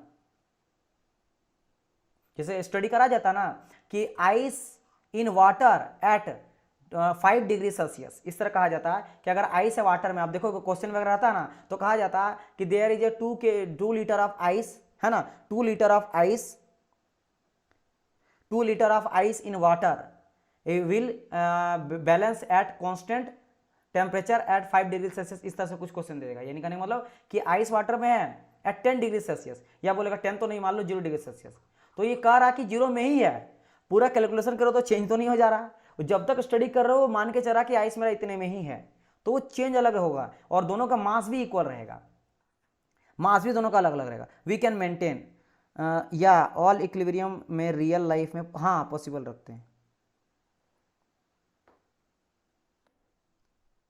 देखो रियल लाइफ में इस तरह का चीजें तो इम्पॉसिबल है, हाइपोथेटिकल लेके चलते हैं, ठीक है,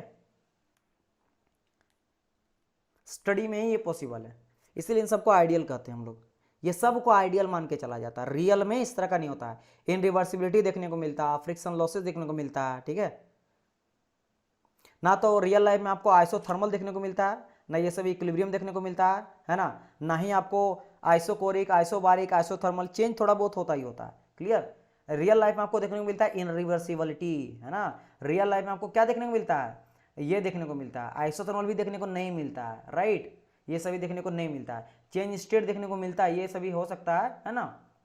चलो यहाँ तक क्लियर है, तो हम लोग क्लास को अब रखते हैं। समझ गए ना शिवम? यू कैन मेंटेन, क्या मेंटेन, क्या बोल रहे, we can maintain, sir question कैसे फ्रेम होते हैं एक टॉपिक से थोड़ा आइडिया दीजिए। बहुत ही इजी, बहुत मजा आएगा। मैं 100% बता रहा हूँ, आप लोग का कोई भी ऐसा क्वेश्चन होगा जो आप लोग आप जो भी बच्चे जितने लाइव देख रहे हैं ना, सारे के सारे क्वेश्चन आपसे लग जाएंगे, श्योर शॉट है। एक बार आप जीरो फ्लो को मुझे खत्म करने दीजिए, इसके बाद आप लोग को, हाँ इसके बाद क्या पढ़ाएंगे बता रहे हैं, इसके बाद हम पढ़ाएंगे पहले जीरोथ लॉ। जीरोथ लॉ, तो जीरोथ लॉ जैसे हो जाएगा फिर मैं पढ़ाऊंगा आप लोग को फर्स्ट लॉ। तो first law zeroth law complete, क्योंकि इसके नेक्स्ट टॉपिक ही जीरोथ लॉ बताएंगे। और जैसे जीरोथ लॉ खत्म हो जाता है एक ही क्लास में, फिर फर्स्ट लॉ। तो फर्स्ट लॉ के बाद लेंगे हम लोग का एमसीक्यू क्वेश्चन, उसमें 60-70 या 100 के आसपास क्वेश्चन करवा देंगे, मजा आ जाएगा, पूरा आपको समझ आ जाएगा। तो बहुत ही बेसिक बेसिक पूछा जाएगा, बिल्कुल टेंशन ना लो। आपको पूछा जाएगा इन थर्मल इक्विलिब्रियम, है ना, in thermal equilibrium temperature is constant, pressure is constant, force is constant, तो आपको बोलना टेम्परेचर इज कांस्टेंट, है ना। फिर आपको पूछा जाएगा इस तरह से, मान लो कि इस तरह कहा जाएगा कि बताइए which process is very slowest process, तो isothermal is very slowest process, है ना। और अगर मैं बात करूंगा यहाँ से कुछ क्वेश्चन पूछा जाएगा कि बताइए a process undergo a fluid in close system is called non flow process, ऐसा पूछा जाएगा।